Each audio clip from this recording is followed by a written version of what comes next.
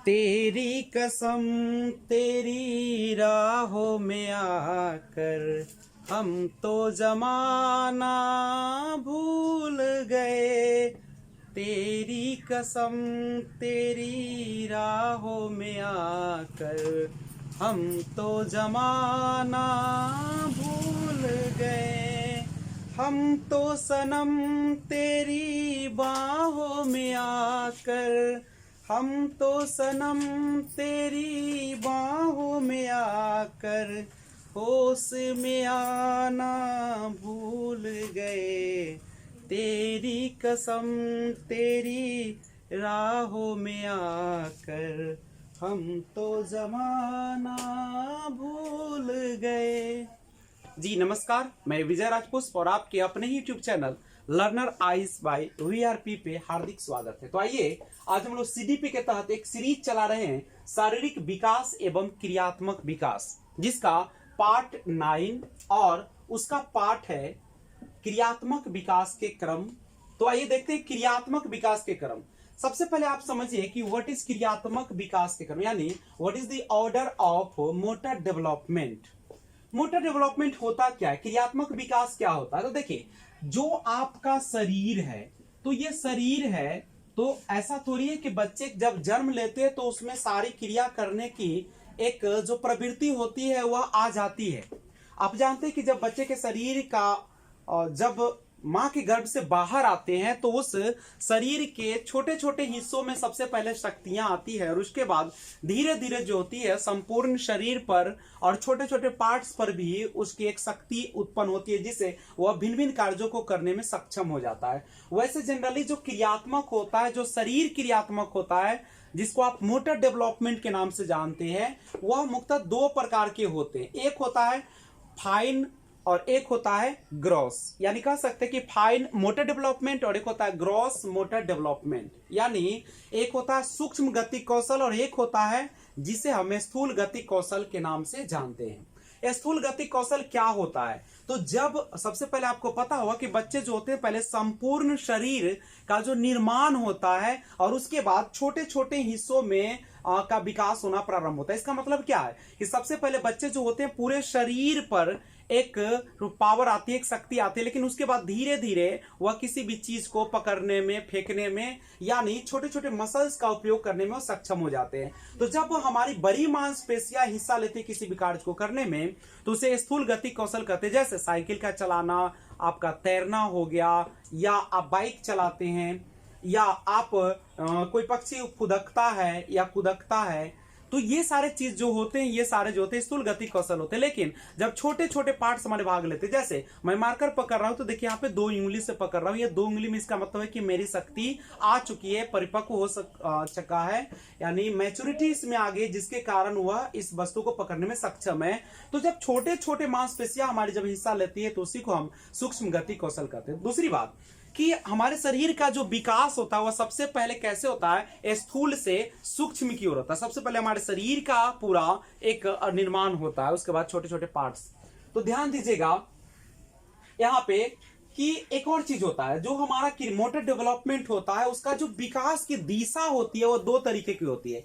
एक तो होता है जिसे हम लोग कहते हैं मस्तकाधोमुखी और दूसरा होता है निकट दूरस्थ विकास। नहीं, तो ये क्या होता है, तो मस्तकाधोमुखी विकास जो होते हैं इसमें क्या होता है, सबसे पहले बच्चे के जो होते हैं सिर का विकास होता है, उसके बाद वह पैर की अंगुलियों का निर्माण होता है। यानी हम कह सकते हैं कि बच्चे को जो विकास होता है मस्तकाधोमुखी में वो कैसे होता है, हेड टू टो की ओर होता है, यानी सिर से पैर की उंगलियों पर होते हैं। सबसे पहले बच्चे में देखिएगा कि सबसे पहले उसके सिर में पूरी जान आती है, वो हिलाना उलाना शुरू करता है, उसके बाद धीरे धीरे बाजू होते हुए, पैर होते हुए और चली जाती है कहां तक, विकास की क्रम, तो वो पैर की उंगलियों तक जाते हैं। निकट दूरस्थ विकास क्रम में क्या होता है कि बच्चे के सबसे केंद्र का विकास होता है, उसका बाहर की ओर, परिधि की ओर उसका विकास होता है। लेकिन मनोवैज्ञानिक का कहना है कि क्रियात्मक विकास मूलतः विकासोन्मुखी विकास क्रम के अनुसार, अर्थात सिर से पैर की दिशा में होता पाया गया। यानी सामान्यतः या मूलतः या मुख्यतः अगर कहा जाए तो जो विकास क्रम होते हैं वह मस्तकाधोमुखी यानी सिर से पैर की दिशा में ज्यादा देखे जाते हैं। ऐसा नहीं कि केंद्र से बाहर नहीं होता है। अतः मनोवैज्ञानिकों ने क्रियात्मक विकास को भी, जो आप एक्टिविटी करते हैं, जो आप क्रिया करते हैं, जो आप किसी वस्तु को पकड़ने का, उठने का, चलने का, दौड़ने का या कोई भी चीज को फेंकने का, ये सारा जो क्रियात्मक विकास होते हैं उसको 4 भागों में बांटकर उन्होंने बताया। कौन से? मनोवैज्ञानिक। मनोवैज्ञानिक किसे कहते हैं? जो हमारे बालकों के व्यवहार का अध्ययन करता है। और कितने वर्ष के बालक का व्यवहार का अध्ययन करता है? जनरली 14 से 16 वर्षों तक, जन्म से लेकर 14 से 16 वर्षों तक। आप जानते हैं कि आप सीटेट की जब तैयारी कर रहे हैं, आज वैसे भी इसके बाद मैं एक वीडियो डालूंगा, मोटिवेशन वीडियो, जिसमें आपको बताऊंगा कि आप घर बैठे कैसे तैयारी कर सकते हैं। कोई जरूरत नहीं कहीं कोचिंग में जाने की या किसी टीचर के पास जाने की या कहीं भी जाने की, आप घर बैठे तैयारी कैसे करेंगे। तो वो वीडियो अगर देखना चाहते हैं तो सबसे पहले इस चैनल को सब्सक्राइब कर ले और बेल आइकन को ऑल पे जरूर प्रेस कर ले और ज्यादा से ज्यादा शेयर करें। और एक और सूचना दे दूं, अगर आप चाहते हैं कि इंटरटेनमेंट वीडियो आपको मिलता रहे, आपका मन उब जाता है, तो उस समय आप गाना सुनना चाहते हैं या मोटिवेशन वीडियो देखना चाहते हैं या फिल्मी गाना सुनना चाहते हैं जिसमें डिफरेंट टाइप्स के एक्टिंग होते हैं, तो आप उसके लिए आप जा सकते हैं। एक नए चैनल और क्रिएट किया गया है आप लोगों की सुविधा के लिए, लर्नर आइज। अभी जो चैनल देख रहे हैं आप, उसका नाम है लर्नर आइज बाय वीआरपी। और एक जो चैनल और न्यू क्रिएट किया गया है उसका नाम है लर्नर आइज, तो आप उसे भी सब्सक्राइब कर ले और वहां भी आए। तो आइए देखते हैं आगे। तो मनोवैज्ञानिकों ने क्रियात्मक विकास को भी निम्न 4 भागों में बांटकर अध्ययन किया है। तो कौन कौन है? पहला, सिर के भाग में क्रियात्मक विकास। मैंने कहा भी है कि सबसे पहले बच्चे के कहां विकास होती है? तो सिर का विकास होता है, यानी शिशु को सिर के भाग की मांसपेशियां जन्म के बाद सबसे पहले परिपक्व होना प्रारंभ हो जाती है या कर देती है।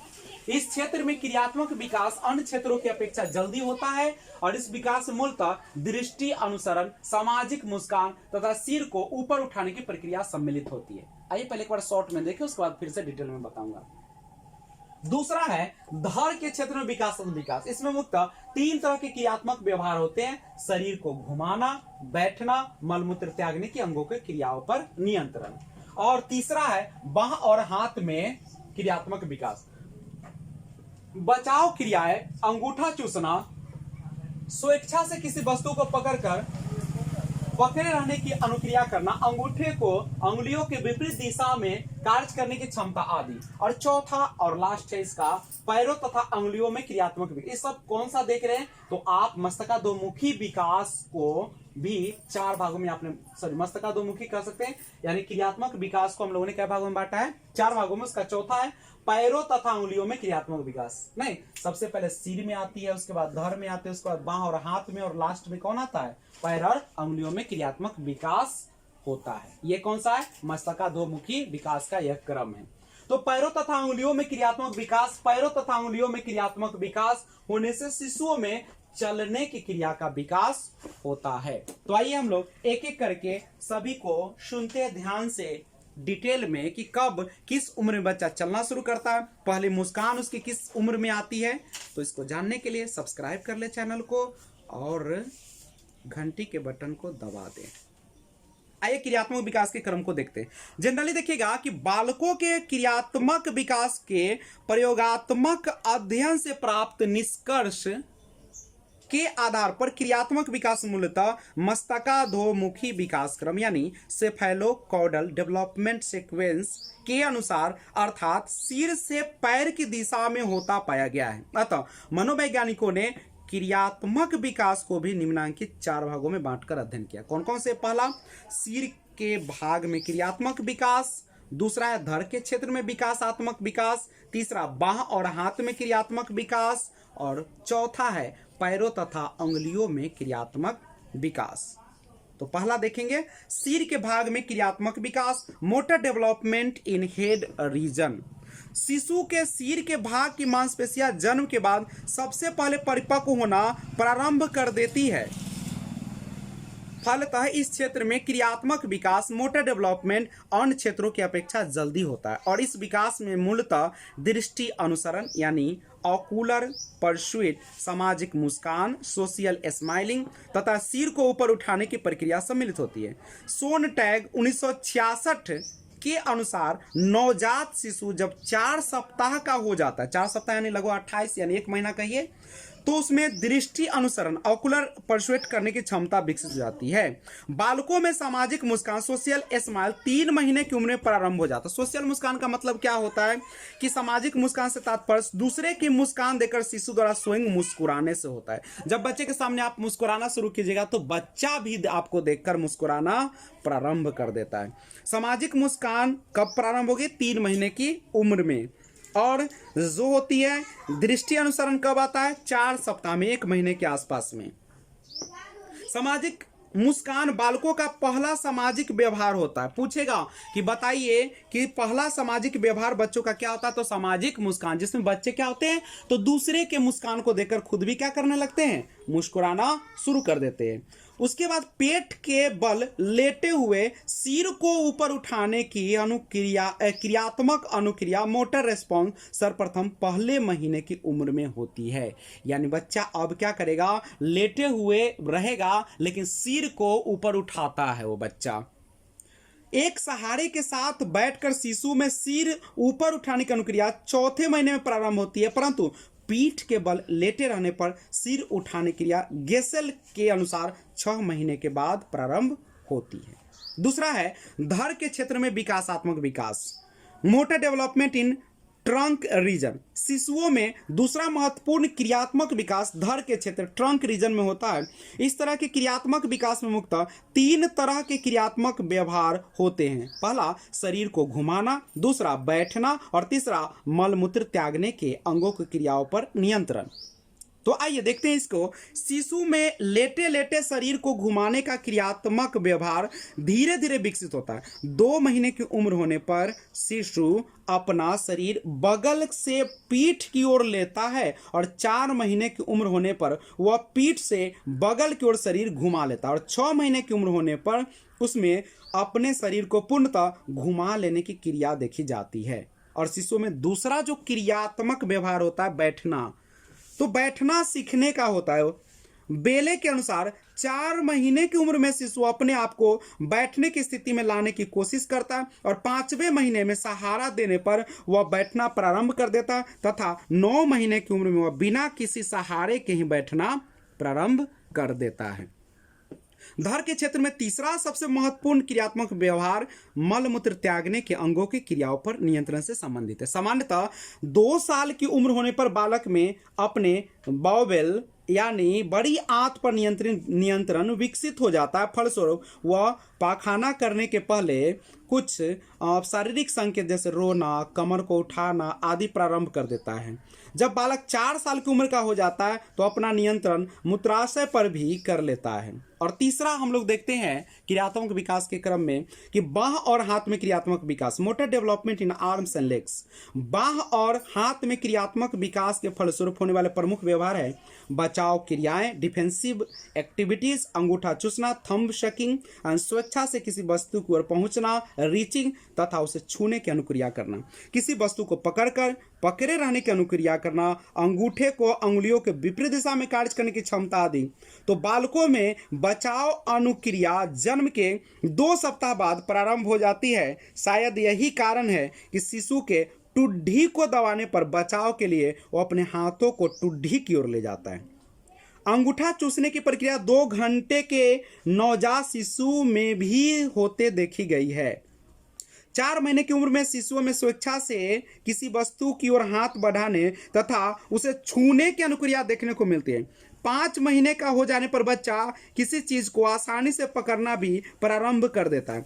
8 महीने की उम्र में वह अंगूठा को अंगुलियों के विपरीत दिशा में करके किसी वस्तु को पकड़ लेता है और उसे कुछ देर तक पकड़े भी रहता है। बच्चे 1 से 2 साल की उम्र में अपने हाथों से भोजन मुंह में डालना प्रारंभ कर देता है और 3 वर्ष की उम्र में वस्त्र पहनने की क्षमता अधूरी रूप से विकसित होती है और 5 साल की उम्र होने पर यह क्षमता पूर्ण रूपेण विकसित हो जाती है। गेंद पकड़ने तथा फेंकने की क्षमता 5 साल की उम्र होते होते पूर्णतः विकसित हो जाता है। और चौथा और लास्ट है पैरों तथा अंगुलियों में क्रियात्मक विकास, motor development in legs and feet. पैरों तथा पैर की अंगुलियों में क्रियात्मक विकास होने से शिशुओं में चलने की क्रिया का विकास होता है। सामान्यतः बच्चे 11 से 15 महीने की उम्र में चलना प्रारंभ कर देते हैं, लेकिन उनके इस विकास के पीछे भिन्न भिन्न विकास के क्रियात्मक व्यवहार की एक लंबी श्रृंखला होती है जिसे आप जान सकते हैं, और आपको मैं एक पिक्चर के माध्यम से बताने का प्रयास करता हूं। आप उस पिक्चर को देखकर समझ सकते हैं।